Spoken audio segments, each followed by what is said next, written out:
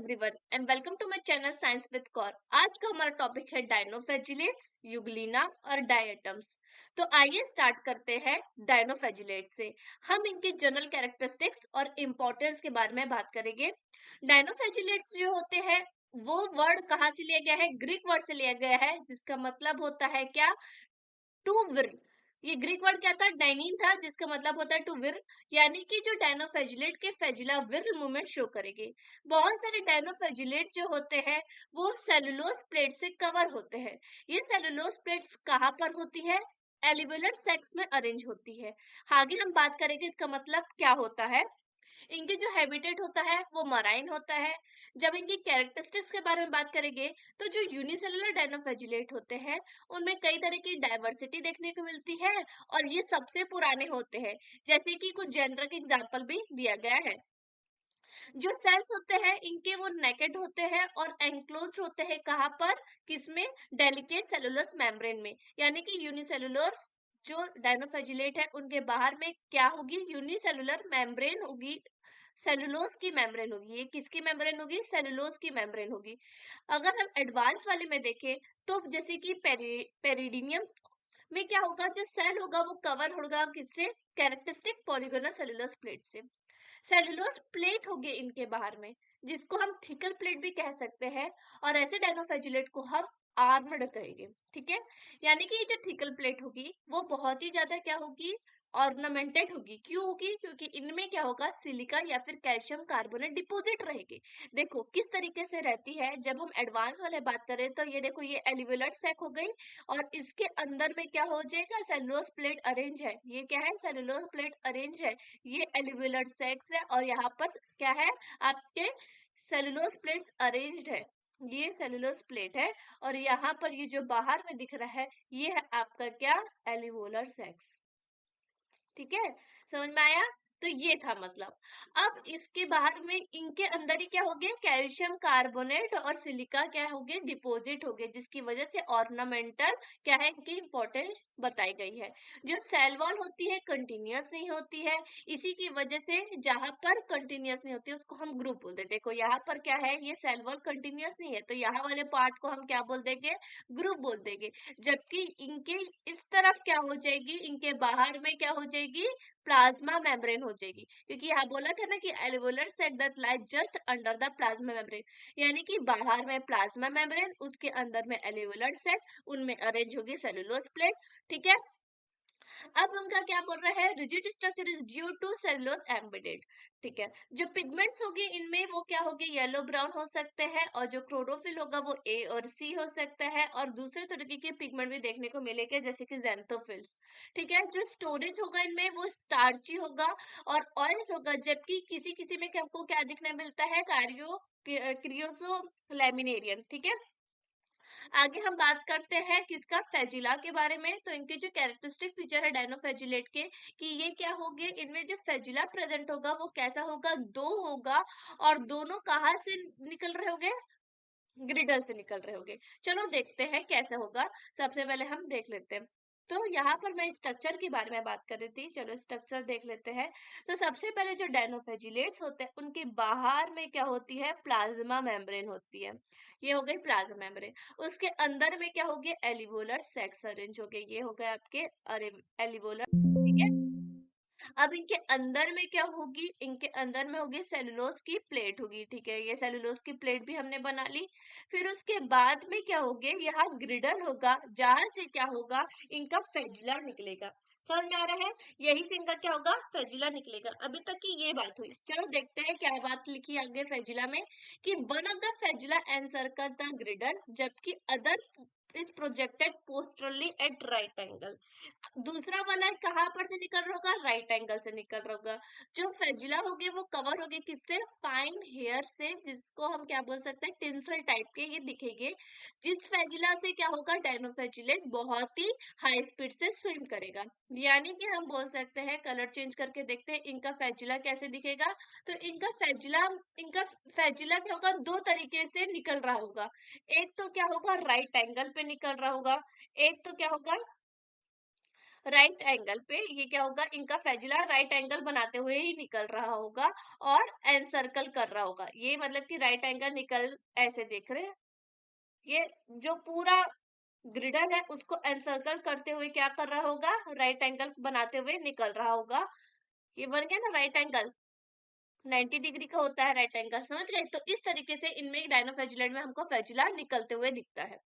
जो स्पीसीज होती है डायनोफेजुलेट की, जैसे कि डायनोफेजुलेट की कुछ स्पीसीज के बारे में हम बात करते हैं, तो एलेक्जेंडेरियम होती है जो न्यूरोटॉक्सिन प्रोड्यूस करती है, जिसको हम सेक्सिटॉक्सिन भी बोल सकते हैं। ये पैरालिटिक सेलफिश पॉइजनिंग, यानी कि सेलफिश जो होते हैं उनमें क्या करती है, पॉइजन करती है, और इन फिश को जो भी खाता हो उनमें पैरालिसिस की प्रॉब्लम हो जाती है।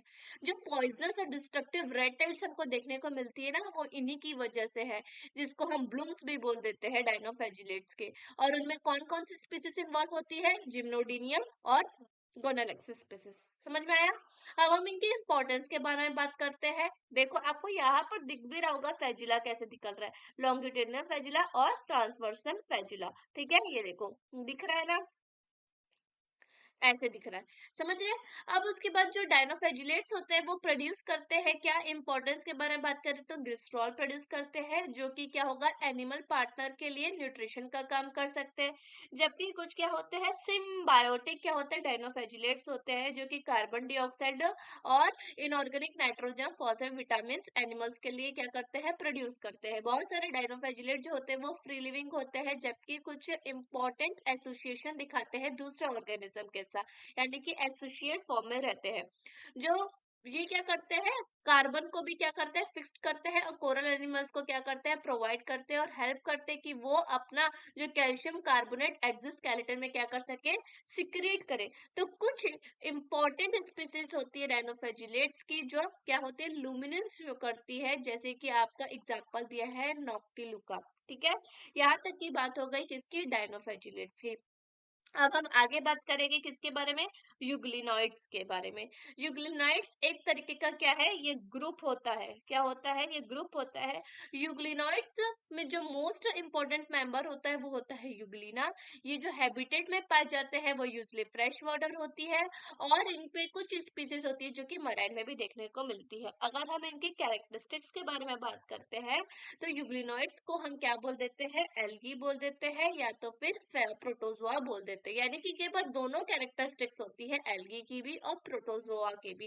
एल्गी यानी कि ये फोटोसिंथेसिस भी कर सकते हैं, और प्रोटोजोआ यानी कि हेटरोट्रोफिक मोड ऑफ न्यूट्रिशन भी दिखा सकते हैं, यानी कि ये प्रीडिएटर भी हो सकते हैं और फोटोसिंथेटिक ऑर्गेनिज्म भी हो सकते हैं। यूग्लिना जो होता है उसको कनेक्टिव लिंक माना गया है प्लांट और एनिमल के बीच में, क्योंकि प्लांट जैसी प्रॉपर्टी भी है और इनमें एनिमल जैसे भी प्रॉपर्टी भी है।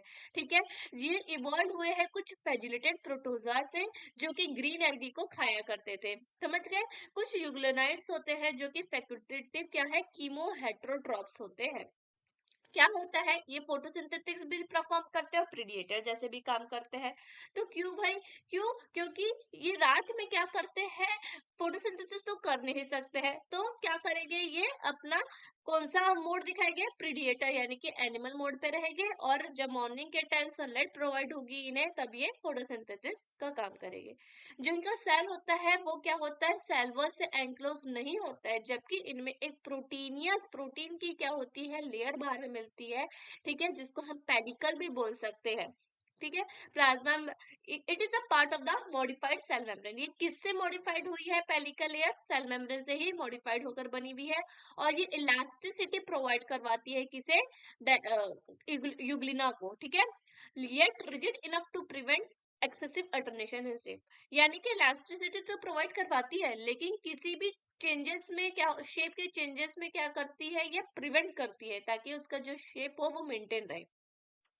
जो इसमें पिगमेंट्स मिलेंगे वो कौन कौन से होंगे, pigments, photosynthesis protista can be characterised by the pigment and carbohydrate deposit. Euglena contain chlorophyll A और बी क्लोरोफिल कंटेन करेंगे, और कैरोटीनॉइड्स भी कंटेन करेंगे।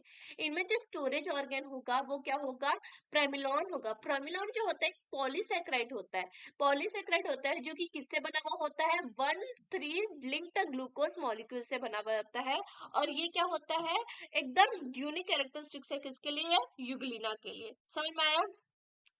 तो इनकी जो पेलिकल हमने ये देखा कि इनकी जो पेलिकल मेम्ब्रेन होती है वो क्या करती है, फ्लेक्सिबिलिटी प्रोवाइड करती है। और इनका जो अगर हम बात करेंगे अब फेजिला के बारे में भी देख लेते हैं, तो पहले हम देख लेते हैं कि जो राइट स्पॉट और स्टिग्मा होता है वो हेल्प करता है यूग्लिना को कि वो लाइट को क्या करे, ओरिएंट कर पाए। और यह जो आई स्पॉट है वो कहाँ पर लोकेटेड है, एंटीरियर सरफेस पे, समझ गए। इनमें कॉन्ट्रेक्टाइल वैक्यूल भी प्रेजेंट होता है ताकि वो पानी को क्या कर सके, बाहर रेगुलेट कर सके। ठीक है, टू फेजुला अराइज होता है, इनके जो बेस से दो फेजुला अराइज होता है, यहाँ पर आपको दिख रहा है, एक तो होता है बड़ा वाला फेजुला और एक होता है एकदम छोटा सा फेजुला। समझ में आया। तो यहाँ पर कहाँ से निकल रहा है, ये देखो एपिकल से निकल रहा है, फेजुला कहाँ से निकल रहा है, एपिकल से निकल रहा है। और इनमें कैरेक्टरिस्टिक्स ये है कि एक बड़ा होगा एक छोटा होगा। डायनोफेजुलेट में देखा हमने, राइट एंगल बनाते हुए फेजुला क्या करेगा, बाहर निकलेगा, और इनमें क्या होगा, एपिकल से निकलेंगे, लेकिन क्या होंगे, दोनों अलग अलग लेंथ के होंगे। समझ में आया। अगर हम इनके आगे बात करें इंपॉर्टेंस की, तो फूड सप्लीमेंट्स में काम करता है यूग्लिना। क्या होता है, रिच सोर्स होता है किसका, विटामिन का, अमीनो एसिड का, फैटी एसिड का। और ये food supplements and food functional food ingredients में भी काम क्या करता है। Some studies suggest the Euglena can help with blood glucose level, fat accumulation और immune function। देखो इनमें भी किसका रोल आ रहा है, यूग्लिना का ही आ रहा है। तो एंटीऑक्सीडेंट और बायोफिल्म में भी कौन काम करते हैं, यूग्लिना ही काम करता है। Euglena produce large amount of wax ester, जो कि है क्या करते हैं, बायोफिल्म बनाने में हेल्प करवाते हैं। और एंटीऑक्सीडेंट में भी जैसे कि beta carotene, L ascorbic acid और क्या है, अल्फा टोकोफेरॉल। ठीक है, इनमें भी क्या करता है, यूग्लिना हेल्प करता है। जो कंपोनेंट्स हो गए एक्वेटिक एनवायरनमेंट के, जैसे कि Euglena play a role in aquatic environment as primary producer और डिकम्पोजर। प्राइमरी प्रोड्यूसर का भी काम करेगा और डिकम्पोजर का भी काम करेगा, यानी कि प्रीडिएटर जैसे भी काम करेगा और प्लांट जैसे भी काम करेगा। तो ये बात हो गई किसके बारे में, यूग्लिना के बारे में। तो इनमें जो पिगमेंट्स के अगर हम बात करें, तो इनमें जो पिगमेंट्स होते हैं ना, वो क्लोरोफिल ए और क्लोरोफिल बी होते हैं, ये याद रखना। ठीक है, जो कि हायर प्लांट जैसे क्या होते हैं, इनमें पिगमेंट में देखने को मिलते हैं। और जो इनका स्टोरेज ऑर्गन था, क्या था, पेरिमेलोन, वो एक तरीके का क्या है, स्टार्च है। समझ में आया। ये हम बोल सकते हैं डिफरेंट वे में कि इनके में जो स्टोरेज और या फिर स्टोरेज जो सिस्टम है वो क्या है, इनका स्टार्ची है। ठीक है, आगे हम बात करेंगे। अब बात करेंगे हम किसके बारे में, डायटम्स के बारे में। तो डायटम्स क्या होते हैं, डायटम्स जो होते हैं वो कौन से ग्रुप से बिलोंग करते हैं, कायरियोसोफाइट से। इनको हम गोल्डन ब्राउन एल्गी भी बोलते हैं, गोल्डन ब्राउन एल्गी, या फिर हम इसको डेस्मिड्स भी बोलते हैं। क्या बोलते हैं, डेस्मिड्स भी बोलते हैं, याद रखना भाई। ठीक है, इनका जो हैबिटेट होगा वो फ्रेश वाटर बॉडीज का हैबिटेट होगा। देखो कैरियोसा फाइट्स में क्या होता है, कैरियोसा का मतलब ही क्या होता है, गोल्डन, और फाइट्स का मतलब कि क्या होता है, प्लांट। ठीक है, प्लांट यानी कि ये क्या हो गए, गोल्डन प्लांट हो गए। अब इनका हैबिटेट के बारे में बात करें, तो ये यूजली फ्रेश वाटर बॉडीज में मिलते हैं, तो कुछ मराइन्स में भी मिल सकते हैं।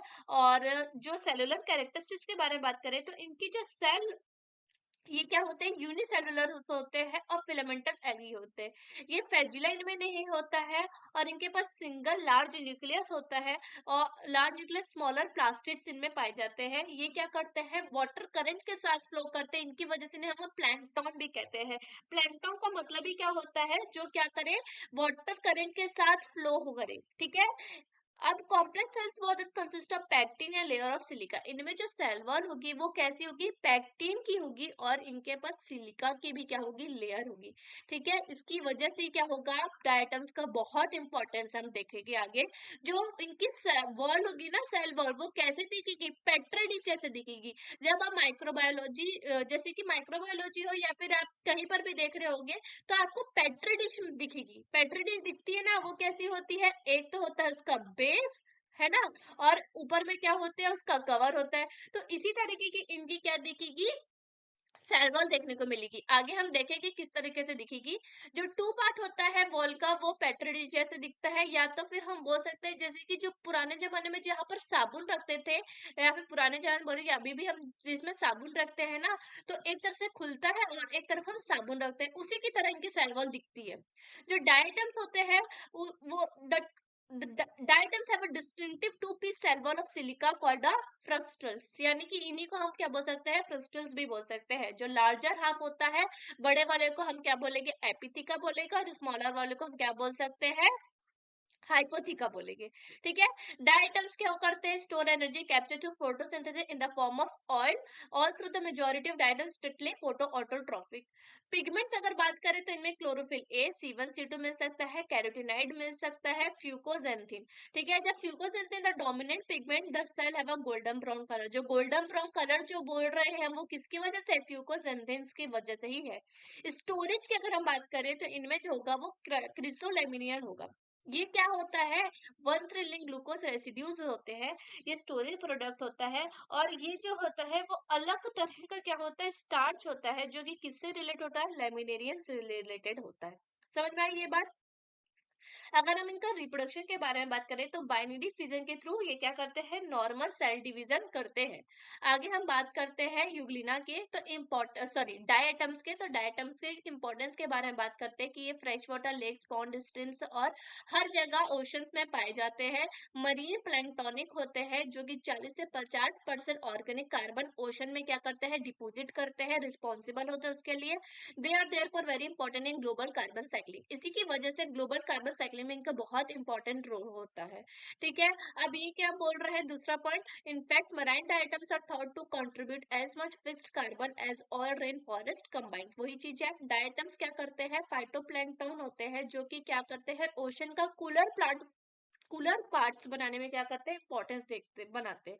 ये कहते हैं इंपॉर्टेंट अल्टीमेट सोर्स होते हैं food for fish and other marine animals in this regions. They are also extremely important for biochemical cycling और silica is contributed to global fish carbon. अच्छा, सिलिका के बारे में मैंने आपको बोला था, देखो क्या होते हैं कि इनकी जो कैसे होती है सेल वॉल, यहाँ पर देखो, ये अंदर में होगा प्लाज्मा मेम्ब्रेन, और बाहर में जो होगी या तो फिर साबुन की आप बोल दो क्या होगा, डब्बा जैसे, या तो फिर हमारी बोल दो किसकी, पेट्री डिश की जैसे। इनकी क्या होगी, प्लाज्मा मेम्ब्रेन। जो छोटी वाली होगी वो हाइपोथिका होगी, हमने अभी बात किया था। ठीक है। अब यहाँ पर जो ये अंदर क्या है, प्लाज्मा मेम्ब्रेन है। तो यहीं पर जो प्लाज्मा मेम्ब्रेन और जो सेल वॉल है, ये ना यहीं पर क्या होगा, सिलिका डिपॉजिट होता है। यहाँ पर क्या होता है, सिलिका डिपॉजिट होता है। और बहुत इंपॉर्टेंट चीज है कि सिलिका को कोई भी डाइजेस्ट नहीं कर सकता है। इसी की वजह से जो सेल वॉल होती है डायटम की, वो नॉन नॉन डिस्ट्रॉय डिस्ट्रॉय होती है। यानी कि वो जो डायटम्स तो मर गया, लेकिन की सेल वॉल क्या होती है, नीचे ओशन में डिपॉजिट होती जाती है, जिसकी वजह से ये क्या बनाते हैं, डाई एटॉमिक अर्थ बनाते हैं। ठीक है, ओशन में। इसके ये इंपॉर्टेंस हो गई। समझ में आया। ये हो गई सिलिका के बारे में। अब देख सकते हैं अब यहाँ पर कैसे दिख रही है, पेट्री जैसे दिख रही है ना इनकी सेल वॉल। तो ये हो गई हमारे डायटम्स के बारे में। तो यहाँ पर हमने कवर कर लिया डायनोफ्लैगेलेट, यूग्लिना और डायटम्स। आगे की वीडियो के लिए सब्सक्राइब करना नहीं भूले और लाइक करना नहीं भूले। Thank you.